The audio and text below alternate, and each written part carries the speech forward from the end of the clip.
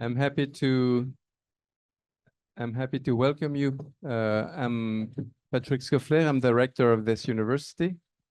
I think you had a nice opening session on Monday night with Thierry Magnin, who spoke on algorithmic society or algorithmic civilization, something like that. Yeah, he's an expert on that. I hope you have a good session, despite the weather, despite the tough times France is suffering these days on a political point of view. But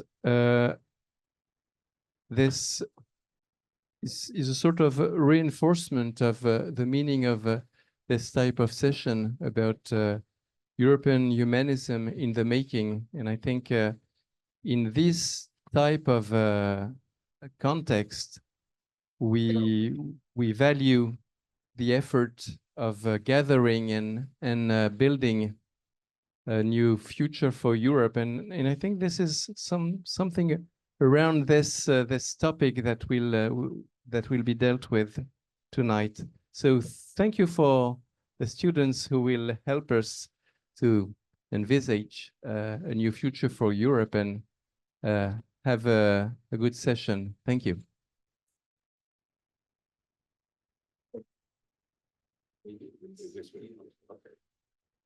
So thank you very much. Thank you very much, Mr. Rector.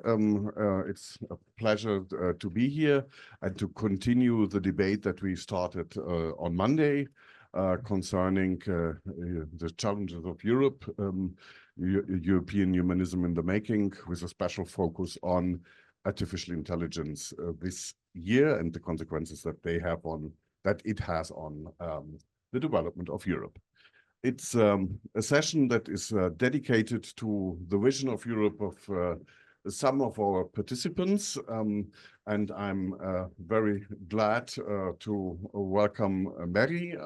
She is studying in Antwerp and navigating currently European life, as you wrote in your application letter. I also greeted Aaron Pot, yes. From Budapest Catholic University. Then we have Tony Tawil from Lebanon, working in the field of engineering and an expert on artificial technology, let's say, intelligence and technology. Then we have Antonio Bebek coming from Croatia, and studying communicology, which I always call communication science, but anyhow, it's it's a nice name. It's a nice name. And next to him, we see Lena, who is actually studying here in Lille. And last but certainly not least, we have Veronica, also coming from Lebanon and also in the field of computer and communication sciences. So what we are going to do, we are addressing the general topic, which is Europe and European humanism in the making in a first round. Then we will have a second round, maybe on artificial intelligence, the topic that we are dealing with in these days. And in the end, of course, we will also open up for your questions or comments or challenges that you might direct to your colleagues who are sitting here. So I might actually start with Lena and ask her about your experience of the current situation in France. So after the European elections and after the elections last week, in expectation of the elections that come up on next Sunday. So what does it mean for you here in Lille to experience these changes? Good evening, everyone. Thank you for your question. I would like to mention that I'm not French myself, so I do study in Lille. It's been 3 years that I live in here, and this current events actually have a great impact on me and the way I perceive my future in France.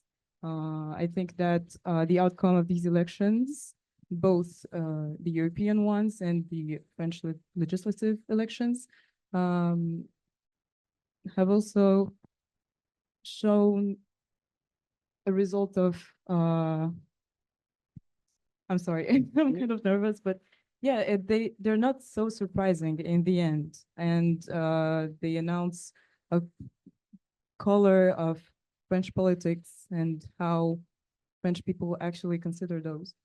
And to be quite honest, I'm very anxious, I think, about the elections that are yet to come this Sunday. And I believe that I share this vision with many other French young people, French women, and the descendants of immigrants. Yeah. Aaron, you're coming from a country which is experienced with a, like, let us say, more nationalistic oriented government, a right government, sometimes a government which is perceived as not being Europe friendly. And to give comfort to Lina and other colleagues, how do you see this experience of a government which is not Europe friendly or seems not to be Europe friendly? Yes, I think that these ideas and this opinion of about Hungarian governments, which is not Europe friendly, is true and understandable, because on the stage, in the rhetoric, our prime minister very likely to use this. So he speak a lot about the fears of the European Union, or maybe it's threatening or stuff like that. But I think we have to see that this is a two-level game, because there's on the stage this kind of anti-European rhetoric, but behind the scenes he go to Brussels a lot of times and he seems to cooperate with other European leaders. And yeah, we have to see it clearly that he does this kind of propagandistic rhetorics to enforce his power, to enforce Hungarian nationalism, which yeah, can be dangerous. But I don't like the critic that Hungary is not democratic, because I think this government is elected democratically. The sad thing is what he tell about Europe, how he speaks about European Union, European integration. But I'm not that anxious, because I feel that behind the scenes he can cooperate with European leaders. And another thing is that I feel like other Hungarians, the young Hungarians, we very Europe friendly. I feel this mainly at Budapest, which is really very important in Hungary. So I think, and I hope that in the future the rhetoric will change as well, because our prime minister will realize that it's not effective rhetoric with the young generation. So yes, I can tell you that what is on the stage, maybe it's not the same thing which is behind the scenes. And you're mentioning something very important, that in Hungary and also in France, these governments come into place through democratic elections. So it might be a sign of that it is not just only a matter of voting that makes up democracy, but we need to have a different kind of engagement or different kind of commitment to the values of Europe if we want to not to lose them. And you are full of hope in terms of the young generation. Mary, when you came to Europe and started your journey on navigating European life, were you expecting things like we are now seeing somehow everywhere in Europe and maybe in France as well? Thank you for your question. To be honest, no, because coming from outside, we have this vision of Europe as an entity, and there is this image that has been portrayed about Europe being a place where you achieve your dreams, being a place where you can move to and everything that you want will happen to you.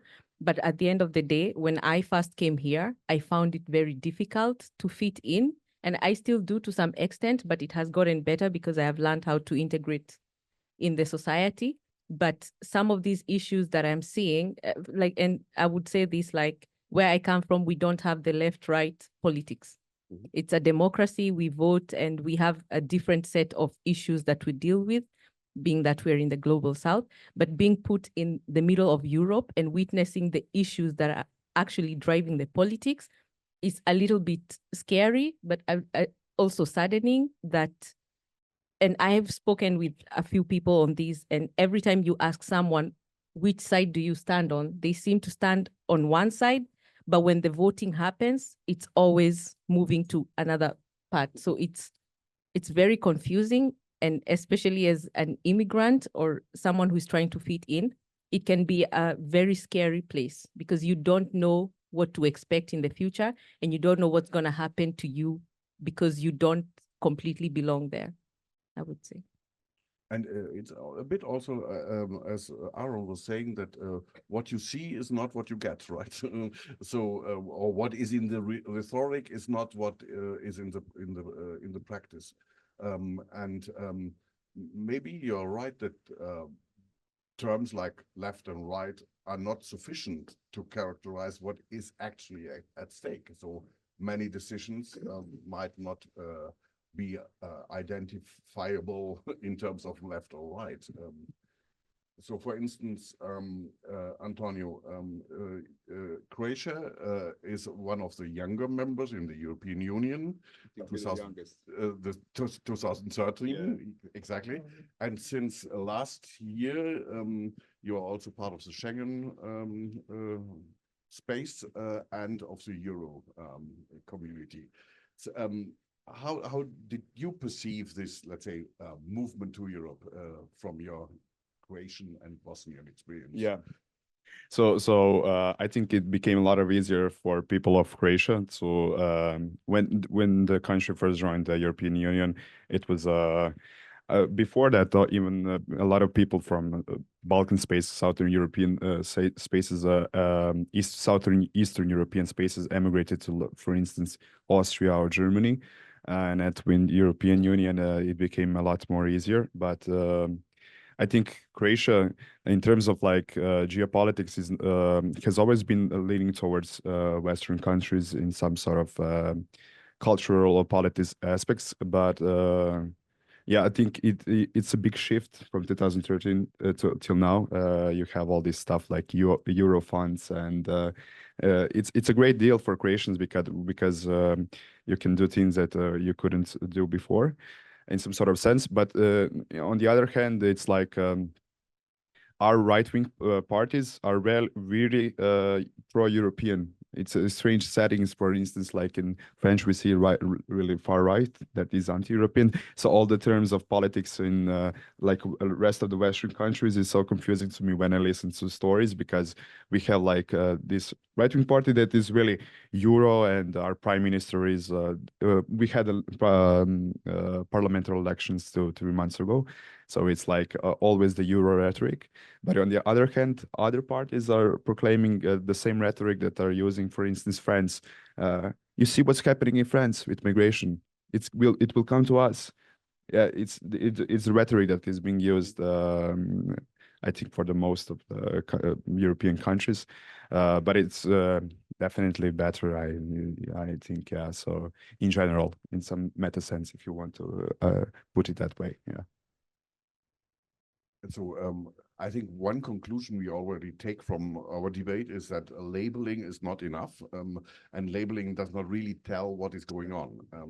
And what is going on, I think, is very different from country to country, from region to region, from person to person, also in terms of belonging and background. So what we have to look at is really this the factual stuff. The factual and, yeah. and the daily experience, right? Yeah, the daily experience, because that's the only thing that matters. People people don't care about the rhetoric. I mean, they care about will they have like enough money to start their own business, expanding their agriculture or expanding their business. It's not like they matter so much about the stuff that's coming from the top of the EU. I mean, it's coming to the lower to people's minds, but in the end, it's like just worrying for their own existential point. Yeah. And it's a matter of momentum as well, right? The moment for Croatia is, let's say, a positive moment of development, getting money, getting in development, seeing something change into We have to desired have direction. feedback. If we didn't have like development and systematic progression, we would be like, what did you do? But if people see it and then they're like, okay, we got money now, and yeah, so. Truth is also that Croatia and Bosnia and Serbia and Slovenia and so on came to this situation and came to Europe after a terrible war. So they are fruit of conflict and warfare. And it has been said that Europe is a project of peace. And certainly in this case now, after the war, there is peace. But we know that we still are living a moment of war in Europe and not only. And so maybe I ask Veronica how you perceive this matter of living in times of war. Good evening, everyone. Of course, as you might know, Lebanon is on the borders of Syria and Palestine and Israel. So as you can probably imagine, the situation is pretty bad. And we've been through like many different conflicts. So it isn't the first time we've been through that. But I think that maybe this is what is making us stronger. This is what's giving us the resilience. And if you go back in time, we had the French Mandate, so which has given us a lot of inspiration from the Europe state. Excuse me. We have a lot of inspiration from the Europe state, which is resilience and just striving to overcome those difficulties. So even though right now in Lebanon, especially in the south, there is a lot of war, maybe the way we're still standing, even if there is this war, and not just giving up, not just trying to leave the country, this is what's gonna make us just trying to rebuild it and maybe strive for a better future. Would you confirm, Tom? I mean, yeah, what Veronica said is completely correct. We have had maybe like over 6 or 7 conflicts, especially towards the south of Lebanon with Israel in the last 100 years. And we've seen economically and politically, after every conflict, we were able to easily rebuild. And I also have origins from Syria, and I still have family there. I've noticed from my family there and from the people that traveled either to Europe, Canada, or to Australia, for example, that war doesn't define a country and war doesn't define its people. It's just they are defined how you rebuild after you go through a war. And I think Europe is a great example of that, because obviously after the 2 world wars, the Soviet bloc, the wars in the Balkans, we've seen that now it's prospering and the unity is there, and hopefully stays there even after these tough times politically. So do you experience the war as a moment of resilience for times in which peace might prevail? I mean, after rain, there's always rainbows, as they say. So even though, I mean, war, of course, like we do not want war, and this is obvious, but we cannot run away from them. I mean, wars are going to happen. This is just the human nature, fighting and conflicting over different things. But we cannot, as Veronica said, we cannot just give up after a war or leave our country. And yeah, I think it gives us resilience, but obviously without them, it would be way better.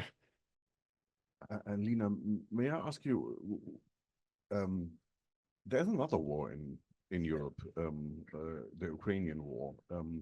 And does it really impact on someone living in Lille now and having, as you said, in your biography, a Russian background? Is that anything that makes you feel less comfortable?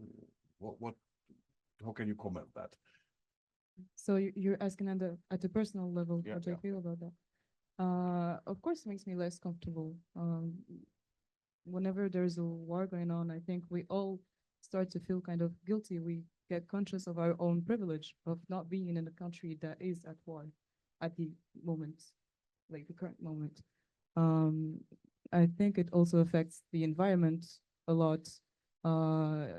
In France, in Lille precisely, we actually realized that, yes, there is a war going on not that far away from us. And I think it showed the aspect that we were talking about that actually represents European Union, the solidarity. A lot of solidarity was shown through all of this period that I'm in Lille and that the war is going on. So I think, yes, it has an impact on a personal scale and a more general one. We are running this summer school for the 5th time. And there were 2 editions in which the Ukrainian war was very much spoken about. And we have colleagues from Ukraine also in this summer course. But it seems that the topic is less salient. Well, I don't want to provoke too much, but it seems that we are getting used to it in a certain sense. Aaron, is that the right perception that I'm formulating? Yes, absolutely. I think so. I was born in a little town next to the Ukrainian border, and when the war just came out, it was a very, very hot topic in my family and in Hungary and everywhere. And I think so. Sometimes it's quite frightening how we can get used to these things. And for example, before the war, I sometimes with my friends went to Ukraine to buy cigarettes because this is cheaper. And since the war is out, we had never gone. So I think this is, for example, an impact in my personal life, and I get really used to it. I think this is because some other bad things had happened, for example, the Palestine situation and other things which bring the attention. But I think, human beings always like the news, the new things. And this is why we can get used to these topics, I think. But personally, I think that the American elections will change the situation because, I think so. This can, for example, so the American president maybe can help solve this situation. And Hungarian media speak a lot about it, but we will see. There are so many things that we do not know in the moment, right? Even for the next future, American elections, French elections, and what is going on with the European Commission, with all that in the European Parliament. So we are living in a very tense time of uncertainty. But one of the words that appeared frequently in your and other comments is a scary moment. Are you afraid in the moment that we are facing now? Personally, I'm facing a bit of uncertainty, but like, for example, I've had the privilege to work with people without documentation in Europe, and the way the topic of migration is a very hot topic now, that even I am scared because it seems to be moving like a wave across Europe. So one country or one party speaks about migration and everybody gets on board, and then it spreads all over the country. And that's why we're witnessing also what's happening in France right now.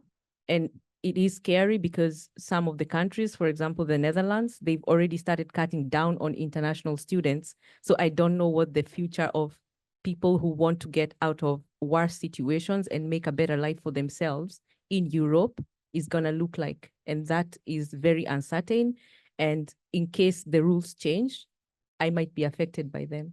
and I have no, so to speak, other thing holding me to Europe than my education here. So it is a very uncertain and scary thing. You're also nodding, Lena?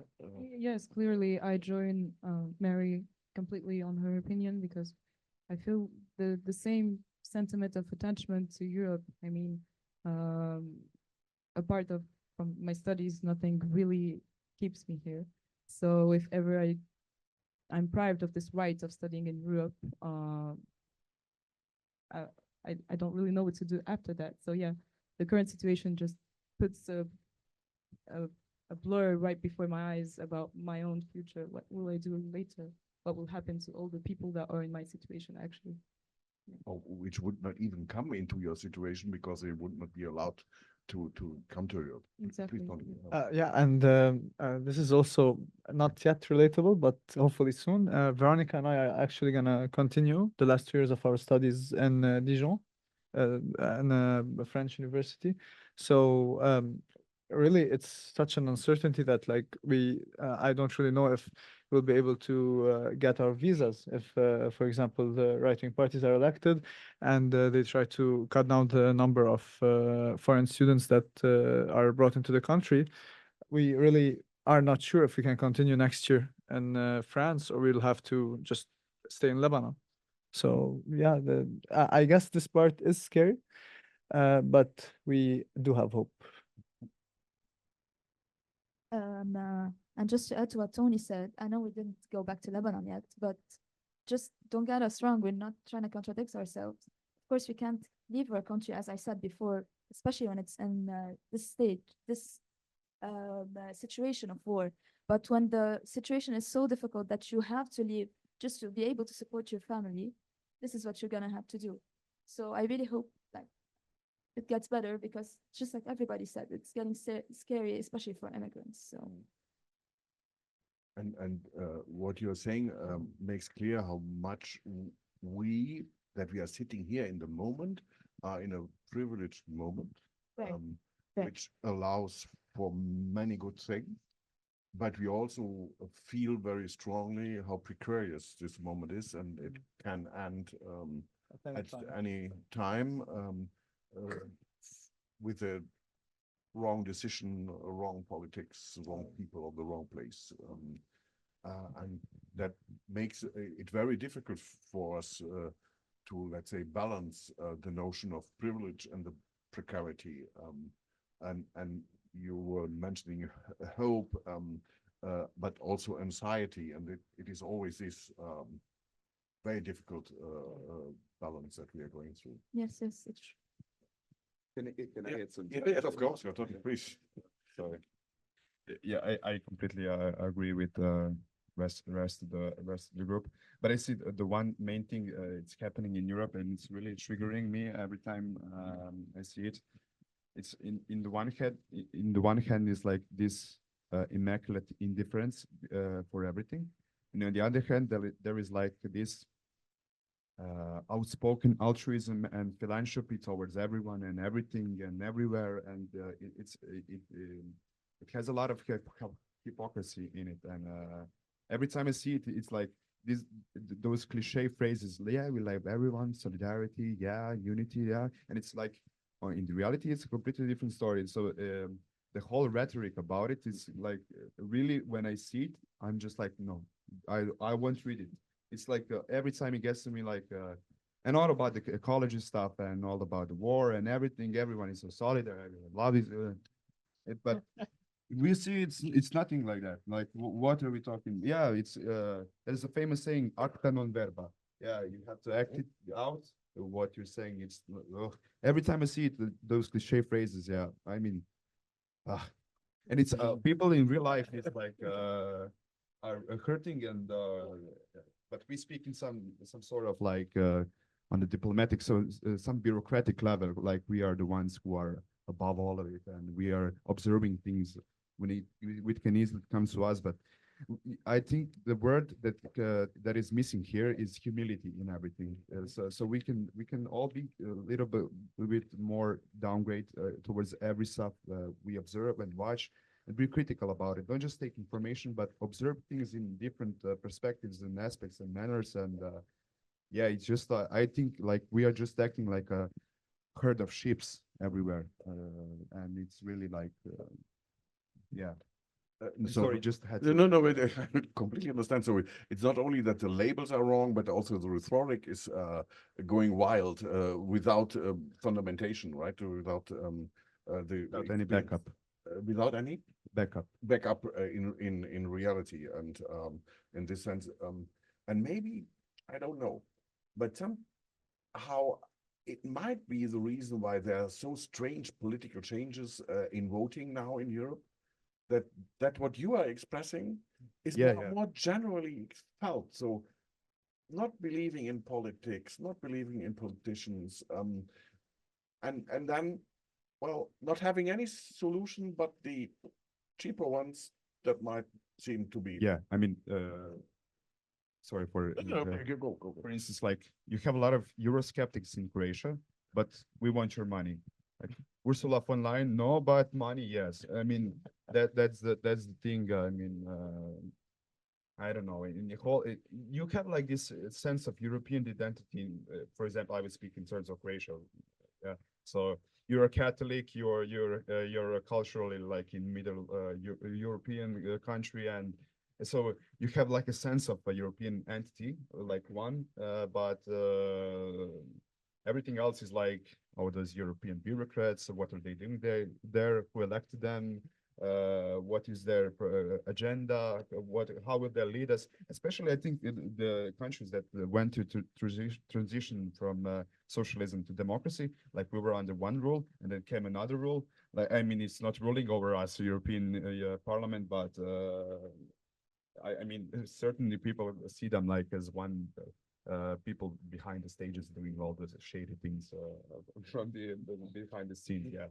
But you know that's a really sense even between younger generations, and so the people that go to European Union and are, I don't know, the general observation of the people going to European institutions are like, okay, pure careerist, and he go there to make money, good career, and that's just the way of looking things. What is he really doing there? That's the point everyone makes when talking about it. Yeah. So there's a lot of distrust and suspicion and no confidence. Yeah, but transparency is also a problem here. What are we getting? Who is communicating and what is communicating? Like we can be so much more transparent with information and stuff that's going on. I see a lot of shady things, and it's not transparent, I would say, yeah. But don't you think that meetings like ours, in which we try to allow to speak to so different people from so different contexts, that this is a way to get more transparency, more belief? Yeah, for sure. I mean, I have a lot of friends who go to Erasmus, and they have this sense of European friendship and partnership and identity, and you gather with a lot of European friends. For instance, it's so funny when we meet Spanish people, it's like, oh, we are similar, you know. There's a sense of yeah, there's a sense of like, yeah, a bondship. So I think that's a key point in Erasmus. Is a great program that leads that's one way to create a society that we want. I would like to add something just about this kind of the heritage of the socialism. So I think for the countries which did not experience this Soviet ruling power, it's quite hard to imagine. But in Hungary, there is a generation, and in every country which had the socialism, there is a generation who had elections every 4 years. They went in, and there was just one party, and they had to cross. And for them, I think for them, it's quite hard to understand what the real aspect of democracy. And I think for them, it's very easy to say that this is a ruling power. The European Union is the ruling power, because they can be frightened like this. And I think this is some kind of political heritage of the Soviet times. And I think it can just change with the generation, of course, and with the education, it would change as well. But I think if we would like to understand, for example, the post-Soviet bloc in the European Union, we have to consider this part as well. You know, in the afternoon when you were doing your work, we also were working, and we were already trying to figure out what would be our next topic for our next summer school. And we are looking at these populistic right new Europe that is coming up, and it might be that this is a topic for the next summer school. But we already had a summer school because we are going from crisis to crisis in Europe, as you might know. And I'm going not to talk about the COVID thing. We also had a summer school on COVID, which was also very interesting and challenging and scary to a certain point. But I'm now referring to the issue of migration. And I just wanted to come back to this for a second, because I think if I look back to the last 5 or 6 years, what has happened is that the topic is less salient, but there has been a very silent change in politics and reality for migrants in Europe. And it's at a switching point now. Is it a right observation? Yes, it is a right observation. Like you say, it has been going on for a while. But when I went to Belgium for the first time, it was not such a hotly debated topic. But recently, it has become everything that people talk about. Migrants, stop the boats, migration here. But it's not just the boats, it's everything else, the aspect of migration that I feel Europeans are uncertain about it, or there is sort of like this narrative where migrants are coming to replace Europeans or to take the jobs or to do this. It's everything negative associated with migration, and it's affecting, like, the genuine cases of migration are being affected by even the negative aspects of migration, but also the media all across the board, across Europe. I like to refer to like Europe as a whole, are propagating this agenda, because in some of my classes, we've learned like the statistics that are actually showed in the media are not what is actually happening on the ground. So it's a very hot topic, and we as humans are very quick to judge. And I think migrants in general are being judged in a very broad scale, but you're not really looking at the individual issues that the migrants are facing for them to want to come to Europe so badly. There's a lot of things happening around, and many aspects, many wars and everything, but it has become such a hotly contested topic, and everyone is going on the negative part of it. And we have lost the individual person to the statistics. Yeah, just I don't know if you've seen in Turkey what's been happening the last few days, after like a Syrian immigrant assaulted a minor, a young girl, sexually assaulted her. The Turkish people started burning the businesses, houses, and cars of just every Syrian migrant that's there, whether they were like criminals or just like normal people trying to just survive, do their jobs.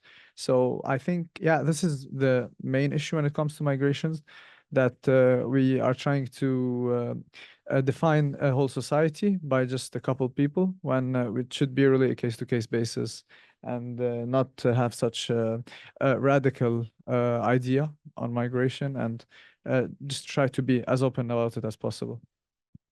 And looking at the history of Europe, so it has been seen as a safe harbor, but now it sometimes seems more like a fortress than a safe harbor to get there. Yeah. And I think it continues to be one of the big challenges for Europe, but in the sense of how Europe will relate itself to the surrounding countries and the surrounding world. And that's certainly something which will not be going away, because people will come and ask for being here. Yeah. Maybe that we could switch now to our current topic on artificial intelligence, and maybe trying to find out in which sense these things are distracting us from the real challenges that we are living. So I will start with you, Tony, because you are the advocate of the artificial world, as we know. So would you see any argument like that we are seduced to leave reality and engage more in artificial contexts? Yeah, I mean, it is definitely a very seducing new thing. I mean, it's good. It saves us so much time, and I'm a very big advocate of it. And I think most of the others here, like the humanities people, they maybe sometimes dislike it because it's a cheating basically.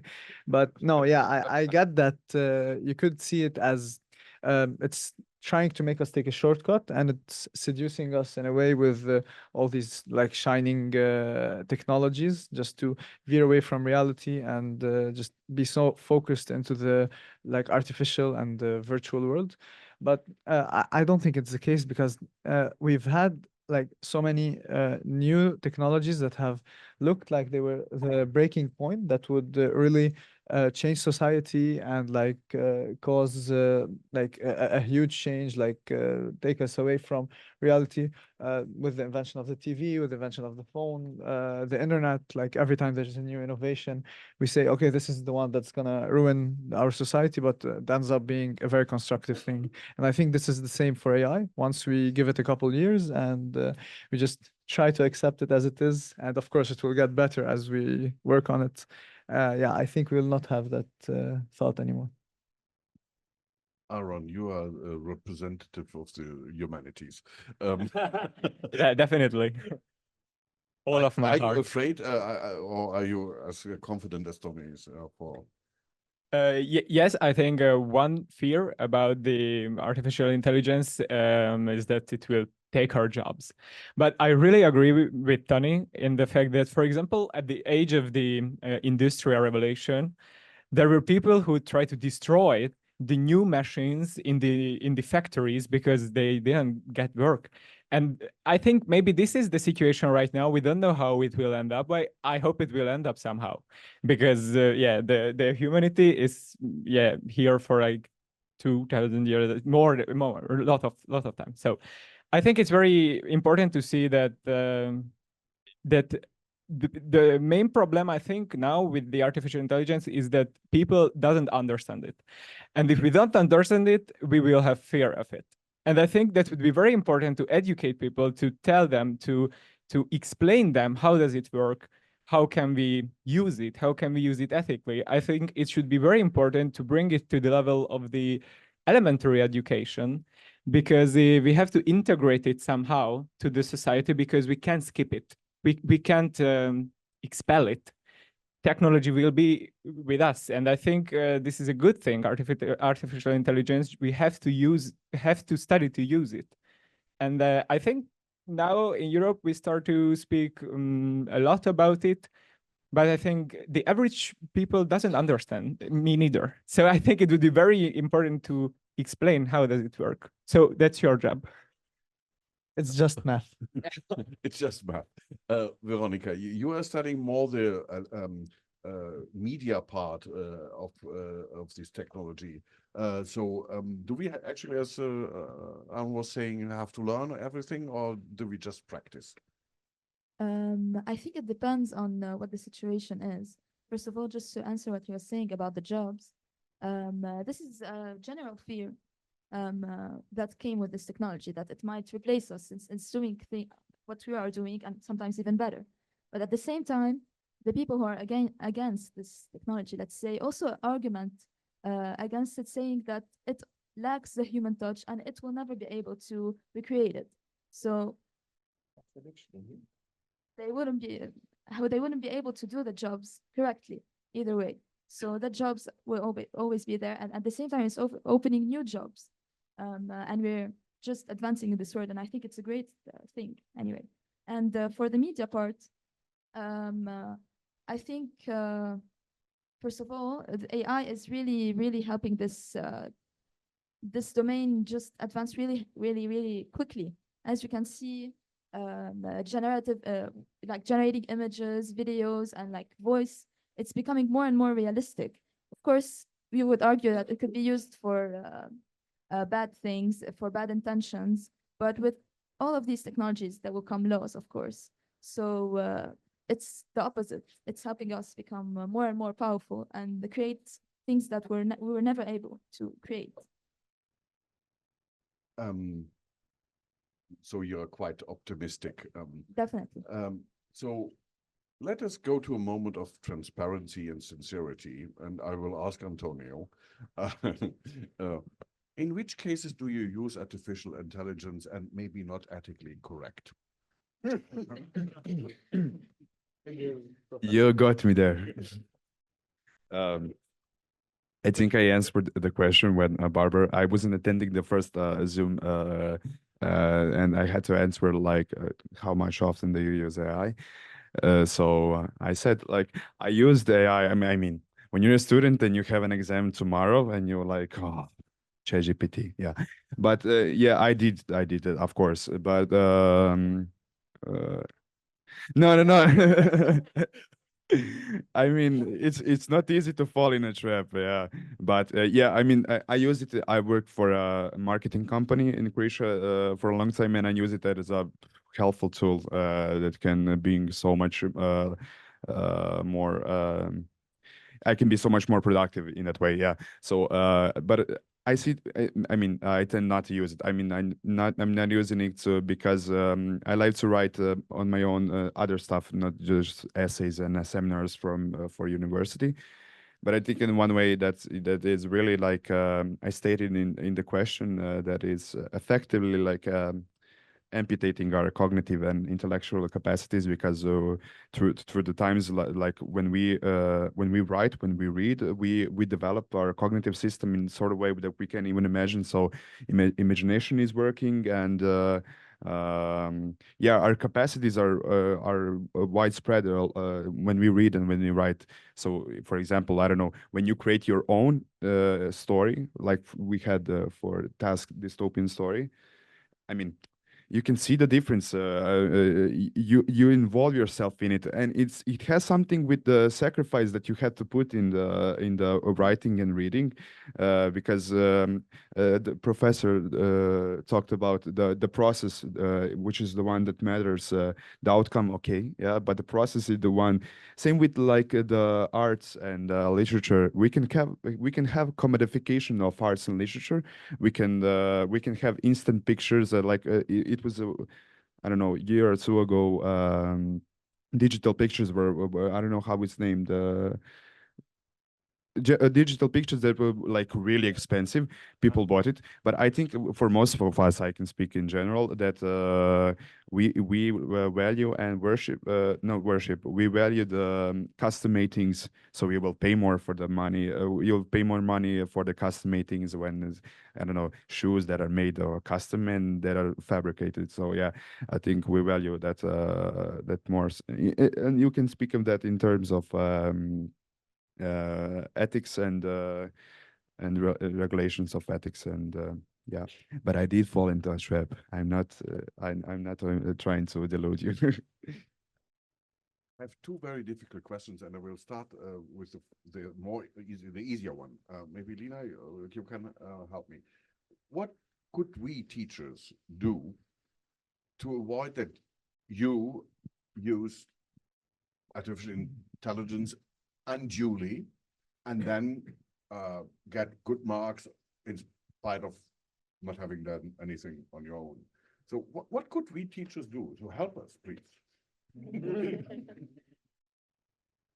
I mean, we actually Well, don't talk. no, we saw that detecting AI in creative, I don't know, when we ask AI to write a text, we can actually easily see that it was made by a machine. So I feel like us students are sometimes not as great as we think so into hiding that we actually asked artificial intelligence write for us. So I actually don't really have a tip because yeah, it can be as obvious as it can not be. Yeah, that was a very weird sentence, but What you are telling us, we should be experienced enough to recognize a text which is written by ChatGPT. Just use Turnitin. No. Turnitin it, the text. Turn it, and then you got it out. So, Mary. I was gonna add to that and say, like, for example, in my university, we did have issues at the beginning when AI was, especially ChatGPT, was becoming popular. But what the university did was also not just putting in a system that detects AI, but they also enrolled a course for across the board for the university to teach you how to use AI for good, because they know you're going to use it. It's inevitable. Like it's a big thing now, and we are using it, and students are using it. So the best thing you can do is to show students how it can be used for good, not to do the work for you, but as a tool to guide you on how to do the work. And as professors, as teachers, you can also educate yourself the same, because then there is that discourse of the generation that is very pro technology and the other generation that has not grown up in that era, and you have to meet in the middle. Yeah, please, Veronica. I think the question here shouldn't be how to stop us from using AI, but more like, just like she was saying, just like Maria was saying, that we should know how to use it and for good. So, for example, just like we were talking before, like Tony was saying that old technologies were always seen at the beginning as something that will bring destruction to everything, but then everyone uses it. So many professors have told us that when they were students, they weren't allowed to use Google. Can you imagine doing a research today without using Google? So soon, AI should be this companion. And for example, even in our university, at the Antonine University in Lebanon, as the student representative, we were in a meeting with the faculty board, and they suggested that we could use the AI as a team member with us.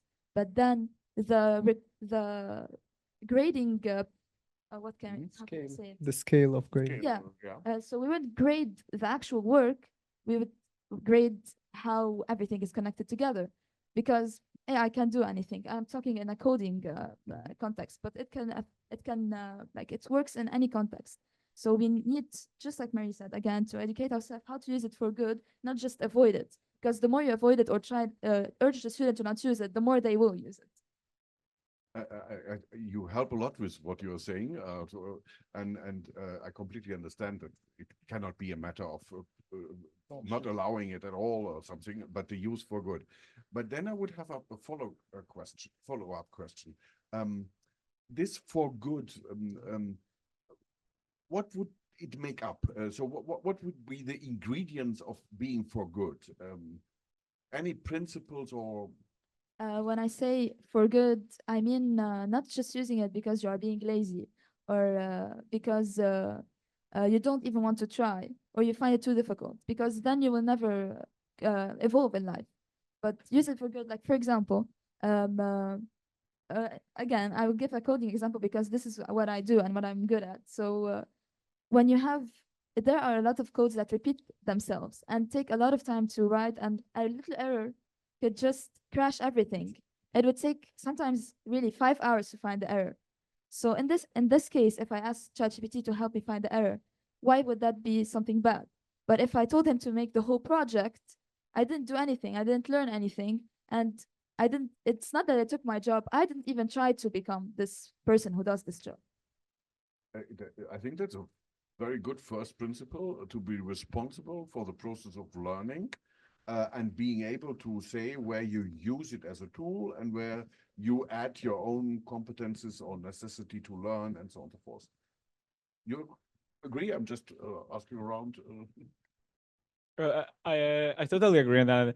I would like to add that I think to use efficiently, for example, ChatGPT, you has to be very, very creative because you have to ask the right questions. And I think using artificial intelligence demands creativity, but in another way. And this is why I think it's very important that it should be integrated in the education. And another thing I would like to add is responsibility is very important. And I think another question is ethics. If we use AI, we want to get information for good ends, for good purposes. So for example, doing a program is very good, but the internet as well can give you information how to make a bomb and stuff like that. So I think it's very important. The information is very easily available. And this is why ethics come in. We have to teach children, we have to speak a lot about it. What information we can get every kind of information, but for what purpose? And this is very important because we can't close any kind of information now from anyone. And this is why the personal ethics come in. Personally, when I give the example for good, I would say, like, for example, if you're doing a research paper, you would need to go to the library and find all the material. You can ask AI to give you all the sources that information could be included in, and then it makes it easier for you to go and pick out the books or the texts or everything. And that, to me, it's very efficient. It saves time, but it still achieves the same purpose. But it just makes a shortcut for you, but you did not use it in a bad way. Just makes work easier for you. I don't recommend using it for sources. It gets them wrong a lot. Yeah. Yeah. So you're skeptical. But I mean, like in the There are things it can do. Like, I'm a very big advocate, but I still stand by the fact that it can get a lot of improvement, and especially on things that are constantly changing, like sources, like website, like news. That I don't recommend using it for. And I think big thing, and you talked about it. It's you have to be very creative because there's something we call prompt engineering, and I had to take an online course on it because it it really was a lot of like, it changed a lot how I used AI in my work. Literally, sometimes a couple words could make it hallucinate, and if you like change a comma, it will be all good again. So yeah, I think if we add, like, for example, prompt engineering, how to use image generation and things like that to the curriculum, it will really improve a lot. It'll help us have a healthy relationship with AI. To respond to you, the context I was trying to give was like, don't forget you're still human. You still have capability to think for yourself. It's just, and giving you sources, not asking you to write for you, but you go to those sources and you actually read the information and figure out if it's just wrong or making right. Yeah, if it's wrong or, yeah. or right. Yeah, it's just creating a shortcut. And just to add to what Tony was saying, like a little example, we were just working in groups before, and one of the questions for the travelogue was to ask ChatGPT a specific question and look at its response and analyze it, basically, see what our opinion is about it. And we tried in our group to enter the same prompt in different languages. So we got the same exact answer translated, because this specific prompt is what generated from training the AI with a lot of data. But for a second question, we put the same exact prompt and we got different answers. So I think this is where the education should be, like educating the people how to use it, what to ask it exactly, and it could become just a tool for good. Yeah, I mean, I would like to state out two key facts about the AI and usage of AI. But first is like obviously regulation and how we will regulate in a curriculum. Yeah.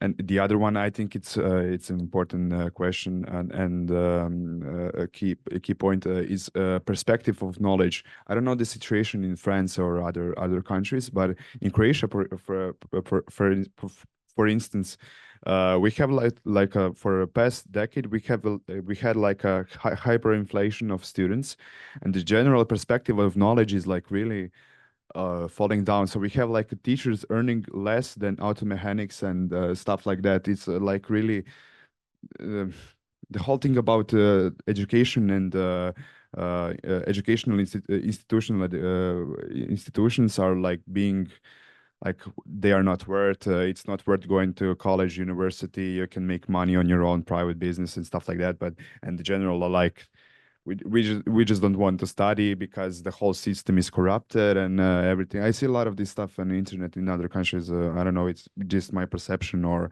but I think the key point is perception about the knowledge and how much it's beneficial for us. Yeah. And that links us back to the topic that we had before, because knowledge is part of the trust that we have in society, in the production of knowledge, in the working of society. And if it gets getting lost and not well recognized, then we are at a crucial problem. So we are talking about post-truths and all these kind of things, which are really scary as well. Yeah. But we are, in a second, we open up for the colleagues who might have a lot of questions or comments to address as well. But I just wanted to draw your attention to 4 principles that have been developed by the University KU Leuven as a simple suggestion how to deal with AI. And I think you mentioned them all. I just will repeat them. The first is, of course, transparency, that you say when you use it and how you have used it and what for, and so on and so forth. The second is about the sources, that you respect that the knowledge comes from somewhere. It goes in the line with respecting knowledge as a value as such, and that you respect the sources and name them, that you just don't copy it and say, well, that's my. Then the third one would be verification, so that you can actually verify what is there and not rely just on the first answer that you get from the machine. And the last one was the first one that you all mentioned, which is responsibility. So it's your answer. So you can't hide and say, oh, and it's not me, it was ChatGPT. No, it's your answer.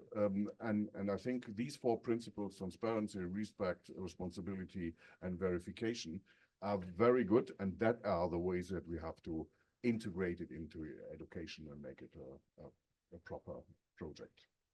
Well, we have had so many insights. Please, any comment from your side or any further contribution? Hugo, please. We need a mic because of the people. I greet the people on the screen on Zoom. Thank you for being there.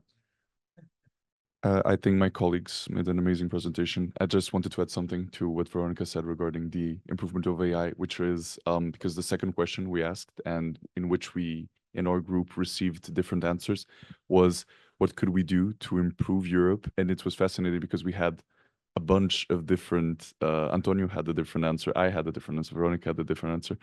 And it was really beautiful because in a way it was all like, you could see several versions of Europe, like unifying versions of Europe with focuses on different things. And it was interesting because I remember, at least, I don't remember Antonio's answer, but I remember that for Veronica, they mentioned about European Union and international relations and cooperation partners, which is perhaps because she was Lebanese and she asks these questions to on ChatGPT. For me, it was about business and individualism, what the citizen by himself could do to improve the European Union as well. And it was very interesting because I think all these points, these different points collide. And I just came back. This is like the 11th time I've said this because it's a really experience that contrasts with European experience, which is I did 6 months at Boston College in the United States as an exchange. And it's interesting because the European narrative is, despite the beauty of the American dream and the American narrative, the European dream is so much more complex and like beautiful, I would say, than the American dream. Like right now, this is how I feel. And I think all of this shows, like, you know, when we see people from Lebanon, maybe like greater Europe, as I like to describe it, like say it. Also Mary from Kenya, you know, seeing this new European dream that seems a bit more realistic and like rational than the American dream. I don't know. It's beautiful, and we need to hand in that note of hope. So I think it's very important. Yes. Please note down, write down, European complexity is beautiful. That's a nice sentence we will keep it as a quotation. Any other comments, please, Tom?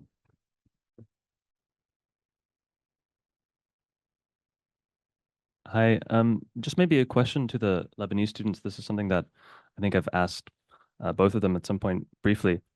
It's interesting that Lebanon is part of this, and it's been very interesting to discuss. But I wonder if we think about the role of Europe going further. You know, historically, Lebanon has been part of, we can say, Europe's sphere of influence, to put it maybe delicately. Do you see that changing? Do you see countries like Lebanon continuing that direction, maybe moving away from Europe? And what do you think is the right answer? Now, I really appreciate Europe's influence on Lebanon. I think it has really changed basically our lives. And we have a huge amount of Catholic universities, I think like around 8 or 9 in a very small country, which is very impressive. And maybe now, because of all the Lebanese students that are like leaving the country, we're losing maybe a bit of the European ideology. Like, I think most of the people that are leaving are like the students that are more associated with Europe. And I still think that because of our like deep-rooted, first of all, Catholicism, and also attachment, especially to the French culture, which is honestly impressive. You can, there's a place in Lebanon called Ashrafiyeh where you'll hear more French than Lille. So yeah, I mean, I think that even though times are changing and people are leaving, there will be more students like me and Veronica, like Jad, like Julie, that really embody the European influence in Lebanon. And also, I'd like to add that I think we are really privileged that we have this good relationship with France and Europe, because usually countries that were under Ottoman. anyway, countries that had, let's say, a traumatic past with different countries, or like that were colonies, definitely are still like on bad terms with their past, their ex-conquerors. So I think we're privileged, and we really inherited the values of Europe because of that. But we once talked to doing a discussion in class that in Europe, when one country supports the other, it might flop eventually, so the other supports it. So I think it's beautiful that now France supports us instead of, having it as a traumatic past. Yeah, thank you very much. That's also a good comment on France, of course, and on Europe, but it's also a commitment of Lebanese young people with the European perspective. Well, I won't say more than that. No further comments? Ali, please. This is a very plain question to you. If we take, for example, the artificial intelligence as an instrument, assistance to you, would you accept that in the academia, university, for example, that we can be more stricter in terms of evaluation and assessment of all what you are doing, for example, the homework, okay? In the case, for example, we can reduce, for example, the number of the years in terms of the preparation, for example, for memoir or a PhD degree, for example, on the basis that you are helped and assisted by the artificial intelligence. This is already happening. I don't know.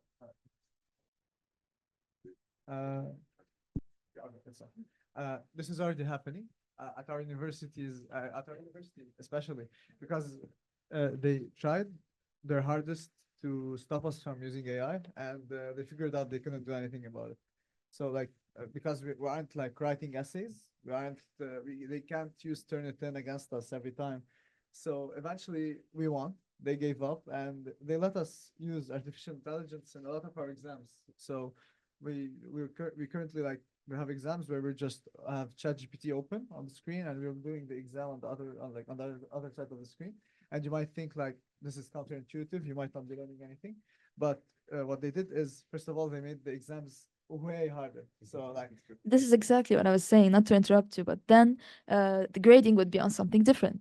the grading isn't anymore on like are you doing the entire exam? It's on the coherence of like for the code and like on were you able to really understand the material, because you can see it. I think, and even in literature, even though I'm not a very literary person, We know. I've been very vocal about this. Very vocal about this. I had an English class last semester where she would every week she would come into class and tell us, "Don't forget, we have Turnitin. We'll know if you're using AI." And so I had to write it on my own, which really I did not like. But it ended up being a very good research paper. And the grading is different. Yeah, we understand that we are having extra help, and yeah, you should treat us differently. Huge help. Yeah, I mean, it's like the internet. It's the same thing as like when the internet came out. Is that Exactly. the case for the other universities? Working. So my university doesn't allow to use any form of artificial intelligence. We had at the Faculty of Humanistic Studies, Human Sciences, we had the problem that two guys was expelled because their thesis was 100% AI generated. And I think this is the situation right now, but we will we will develop. So I think we can't ignore the existence of AI, and students always will use it. So I think it's just question of time. When will my university be aware it and let us use it? I think which is a very good way to follow is to integrate it as in the University of Mary. And another thing I think which would be very important to teach the professors, teach the teachers what AI is, how students use AI, how can they use it creatively. So I think this would be very important as well, but my university is very far away from. And not only teach the professors how to detect that the students are using AI, but also teach them how they could use AI to teach and make much more interesting presentations. What do you think? Why we are running the summer school? We want to learn this kind of thing. So I use it. Yes, Michael. I'd like to ask the panel two questions. The first kind of came up it's a question that continues to fascinate because it came up in our little subgroup when we had the online meeting before we came. And that's the idea that, yes, technology, the Luddites were the name of the group that smashed up the machines during the Industrial Revolution. But each form of new technology promises to free us. And yet, we've become bigger and bigger slaves to more, to work. We're not, are we as free as we used to be, even though technology keeps telling us who will? So that's number one. So, so is your future, is it going to be as free as it was when I was your age? All right, that's number one. Number two, actually, is about the privilege of education. So, will AI is a form of intelligence? Okay, so here's maybe a bit provocative. It takes intelligent people to use it intelligently. Now, okay, so this is the provocative bit now, is that requires education. What about those who don't have the education that you have? In other words, there will be a new type of poverty. There'll be a new type of elitism. There'll be a new type of inequality. And you guys are on the right side of the track because you've already got an education. What about your colleagues who will never sit in this room? Can you see what I'm getting at? So there are two very big questions here. One is about your future, and one is about those who aren't part of our conversation. Mary, you might be kind enough to jump in on the second question, if I can. I'm sorry to put you on the spot, but because of your experience, yeah. social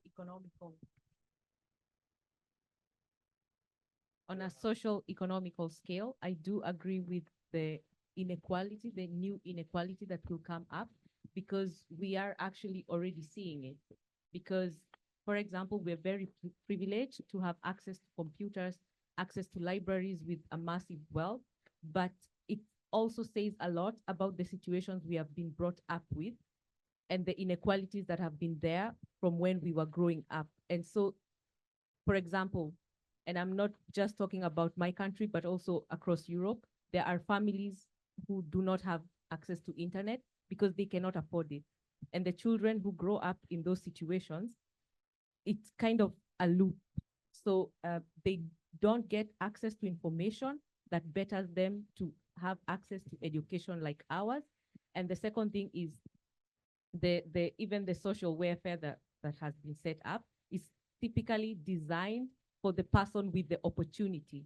And we've talked about this in some of my classes, in a sense that a child with a poor or a low economic background, instead of going to socialize with other students to play in football clubs, they're busy helping at home because they don't have the same access to opportunities. And there's already that divide social economically. And so this technology is also creating that, because they can't afford laptops, they can't afford internet, they can't afford to have access to education that prompts them to go to university. And that's a very big thing.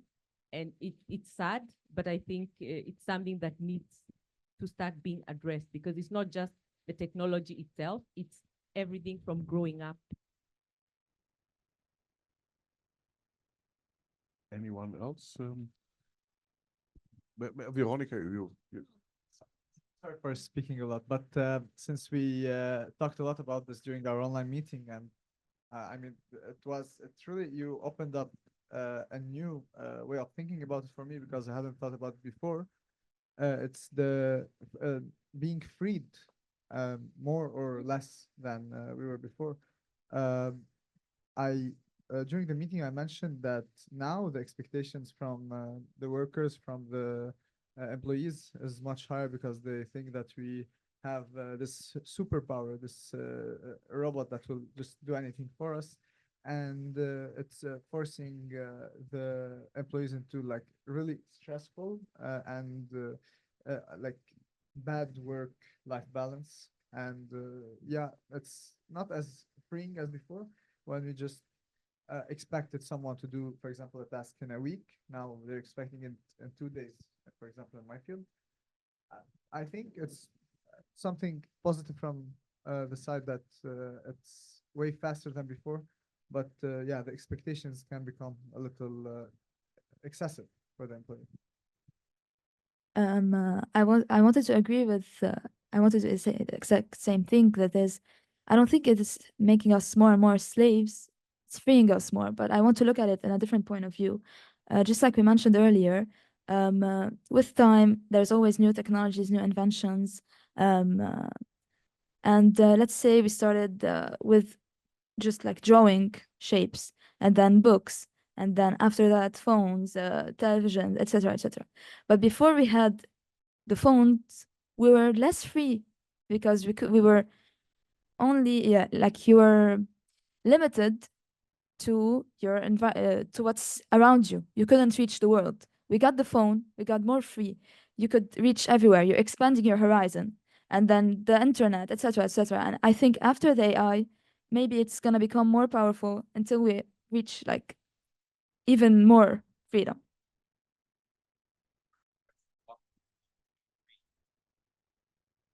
I think the philosophy. Okay. Yeah, I mean, my brain went in like 20 different directions when I listened to it. The question of freedom is like really relevant in this question, because, yeah, I mean, if you look at the internet, okay, in some terms, yeah, it liberated us, but in other sense, it undermines social cohesion, social integration. People are being more and more introverted, more alone, and you have like different aspects of negativity included, while there is a beneficial side, of course. But I tend to look at the freedom and stuff at some sort of a domino level. I tend to look at every stuff in my life like a domino effect, because I would say again, it's the perspective of knowledge. Your second question that you asked, what about inequality and what about people being displaced, not being given the chance but to use AI or internet and that sort of things. Just perspective of knowledge, because how we integrate people in society, in what way we teach our children how to stand to some things, that will have a huge effect on everything else. I'm sorry, I'm going around. Yeah. So you want to say something? No. I just wanted to add, like, on the issue of freedom, I'm lucky and privileged that I have grown up in an age where there was no internet. I admit that, yeah. And I played outside a lot and life was different then.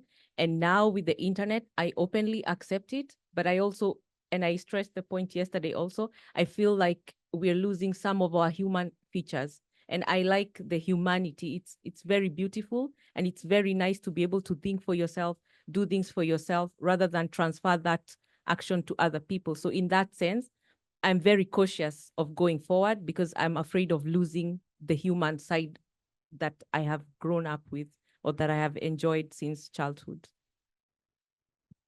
That might be a very good closing remark, I guess.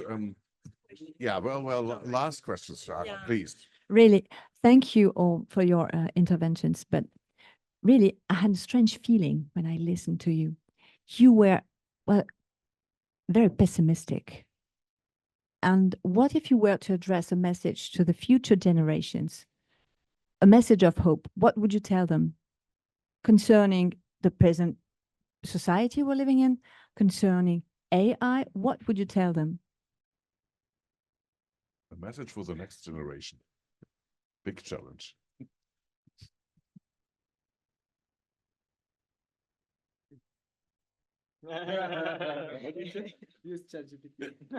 Okay, you got your message. Now Johnny is ready. Okay, message of hope, use ChatGPT, right?